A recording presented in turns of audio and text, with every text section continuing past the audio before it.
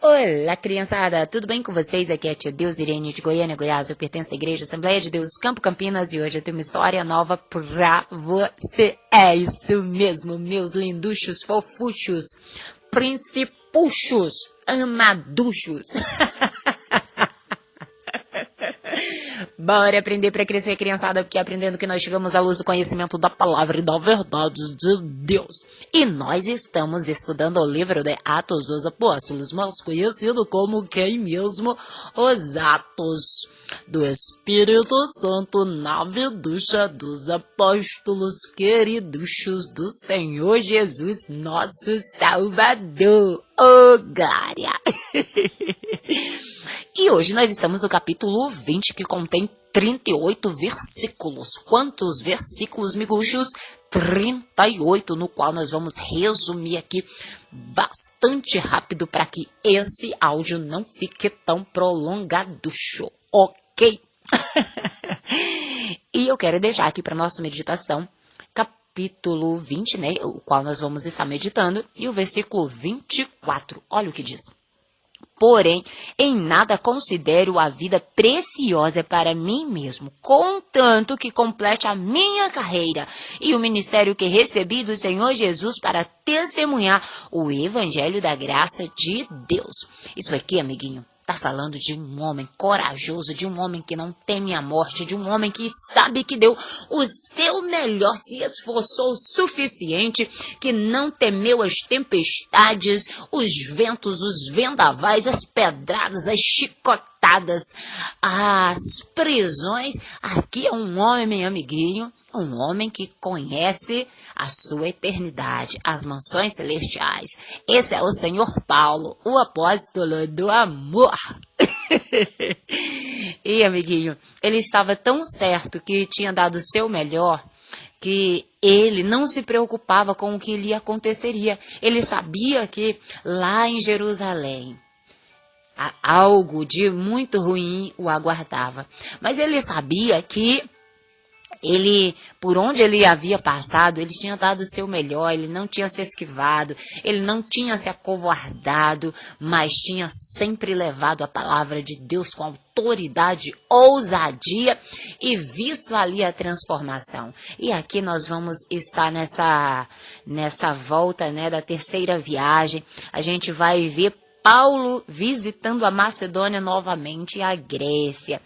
E aqui no capítulo 20 já começa iniciando, né, que após aquele tumulto, sabe qual é aquele tumulto? Que Demétrio ali, aquele chefe, né, dos artesãos, ele fez com que houvesse um grande alvoroço ali, tentando talvez matar Paulo. Pois é esse alvoroço aqui que acontece, né? E depois que tudo isso se acalma, né? Paulo, ele chama os seus discípulos, os conforta, né? Fala palavras de ânimos para eles, né? E então ali há uma despedida. E Paulo, então, vai para Macedônia.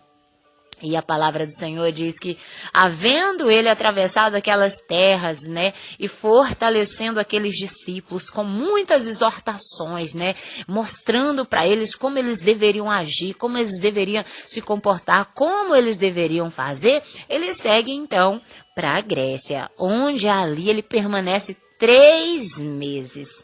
E olha só, e ali, né, quando Paulo diz que vai, né, vai para a Síria, ele descobre que ali tem algumas pessoas tramando a sua morte.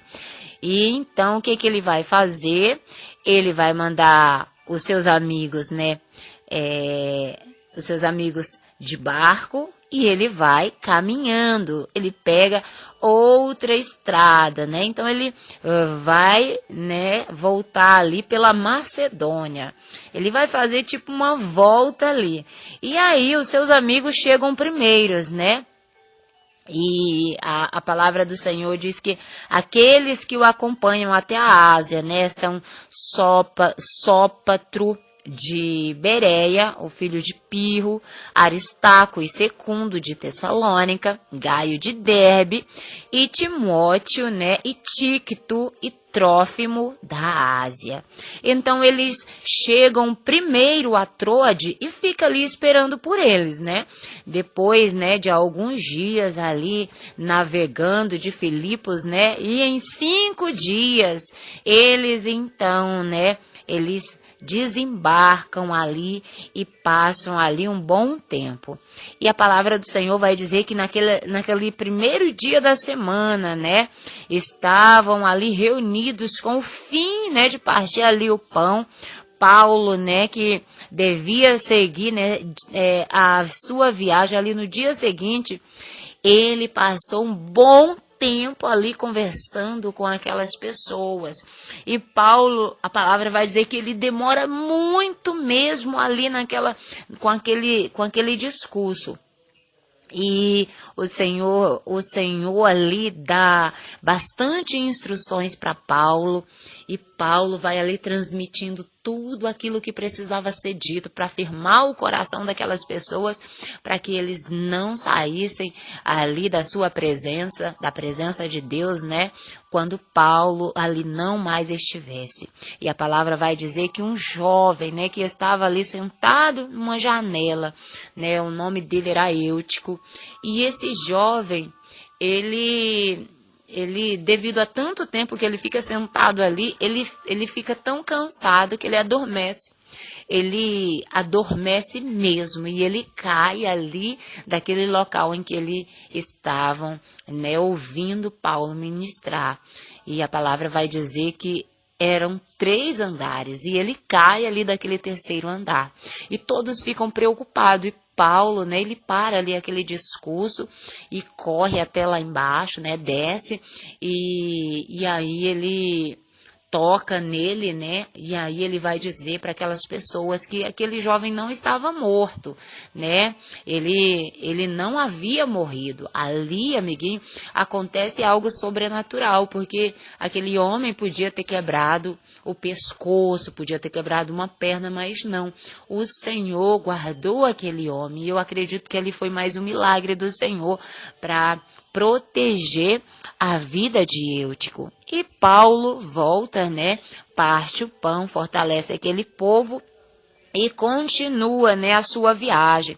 A palavra do Senhor diz que ele vai agora, né, para outro lugar. E aqui, né, no capítulo 20, verso 13, vai dizer que Paulo ele embarca em Assos e chega em Mileto. Então, Paulo ele não para. Paulo, ele sabia que o fim dele se aproximava e quanto mais ele pudesse influenciar, quanto mais ele pudesse pregar a palavra do Senhor, ele estaria disposto a fazer tudo isso. E então, aqui chegando em Mileto, né, ele mandou a Éfeso, né, chamar todos aqueles presbíteros da igreja, todas aquelas pessoas importantes. E ali então ele começa um discurso e uma despedida também, porque nesse discurso ele mostra, né, para que aqueles homens estivessem atentos, porque depois que ele partisse dali, né, surgiria muitas pessoas se fingindo de profetas, mas que eram falsos profetas, lobos, né, aparentando ser ovelhas, ou seja, pregadores que pareciam pregar o verdadeiro evangelho, mas que eram lobos, né, que só queria lucro, que só queria destruir a obra de Deus. E Paulo então vai dizer, né, que ele não seria mais visto por eles, o que causa, né, ali, né, uma tristeza grande ao coração daqueles presbíteros, daqueles discípulos, né, que o amavam tanto. E Paulo vai dizer, né, olha, eu estou tranquilo, porque eu dei o meu melhor, eu me esforcei, e a minha vida ela não é preciosa, porque eu sei que por todos esses lugares onde eu passei, o Espírito Santo já havia me dito que lá em Jerusalém me aguarda cadeias e tribulações. Mas eu não estou preocupado com isso não, porque o meu prazer é servir a Deus. E eu sei que quando o meu tempo chegar, ele vai acontecer e eu estarei feliz com isso. E é isso que acontece, né?